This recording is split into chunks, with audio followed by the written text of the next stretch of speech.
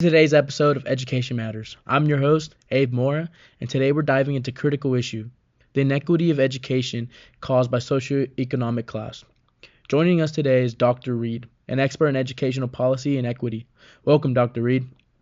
Thank you for having me. It's a pleasure to be here. Let's start with the basics. In our society, education is available to all, but it's not equal to all. How does socioeconomic class create educational inequity? That's a great question. Socioeconomic class significantly impacts educational opportunities and outcomes. Public education varies widely from county to county. In large, wealthy districts, schools are well-funded and can offer more resources to students. However, in small rural communities, public schools often receive less funding due to the economic status of the local population, which affects the quality of education. Can you explain how school funding works and why it leads to such disparities? Certainly. School funding primarily comes from local property taxes. According to K. Bradley, 2024, schools in lower income areas, where property values are lower, receive less funding. This creates a cycle of disadvantage, as these schools can't provide the same level of resources and opportunities as those in wealthier areas. What are some of the specific challenges faced by underfunded schools? Underfunded schools often struggle with outdated and unsafe facilities, lack of access to modern technology, and fewer extracurricular activities.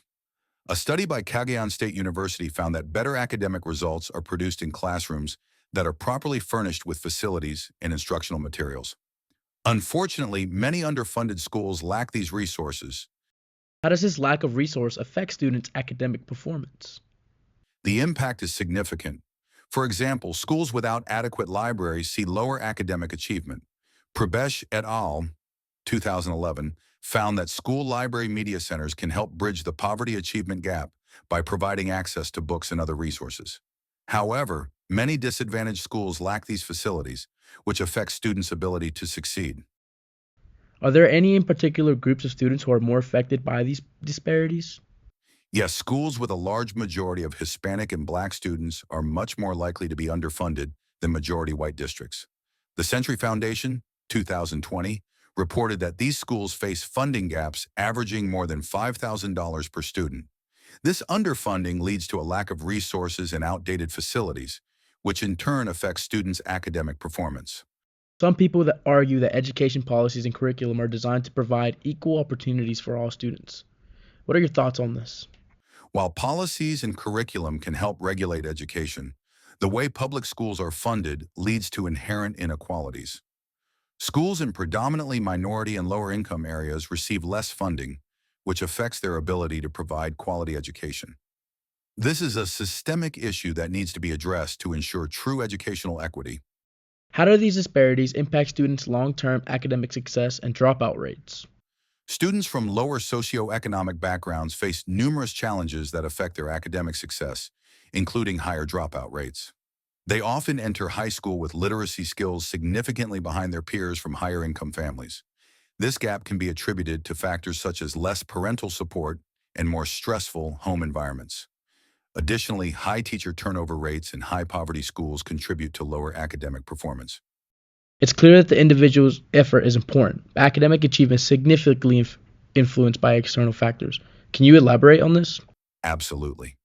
Even if individual effort is essential, the significant impact of outside factors such as socioeconomic status, the quality of the school, and the family environment highlights the necessity of providing equal resources and assistance to guarantee that every child has the chance to be successful. While education is available to all, the reality is that socioeconomic disadvantages create significant inequalities in educational opportunities and outcomes. What can be done to address these inequities and ensure that all students have the opportunity to succeed?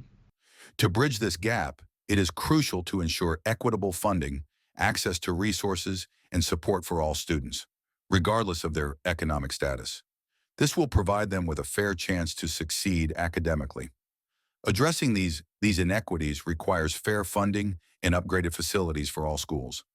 Ensuring that schools in lower income areas have access to the same resources as those in wealthier areas is crucial.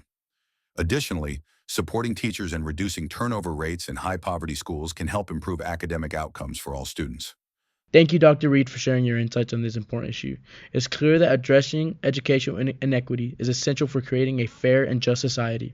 Thank you for having me. It's been a pleasure discussing this critical topic. Thank you to our listeners for tuning into Education Matters. Until next time, stay informed, stay engaged.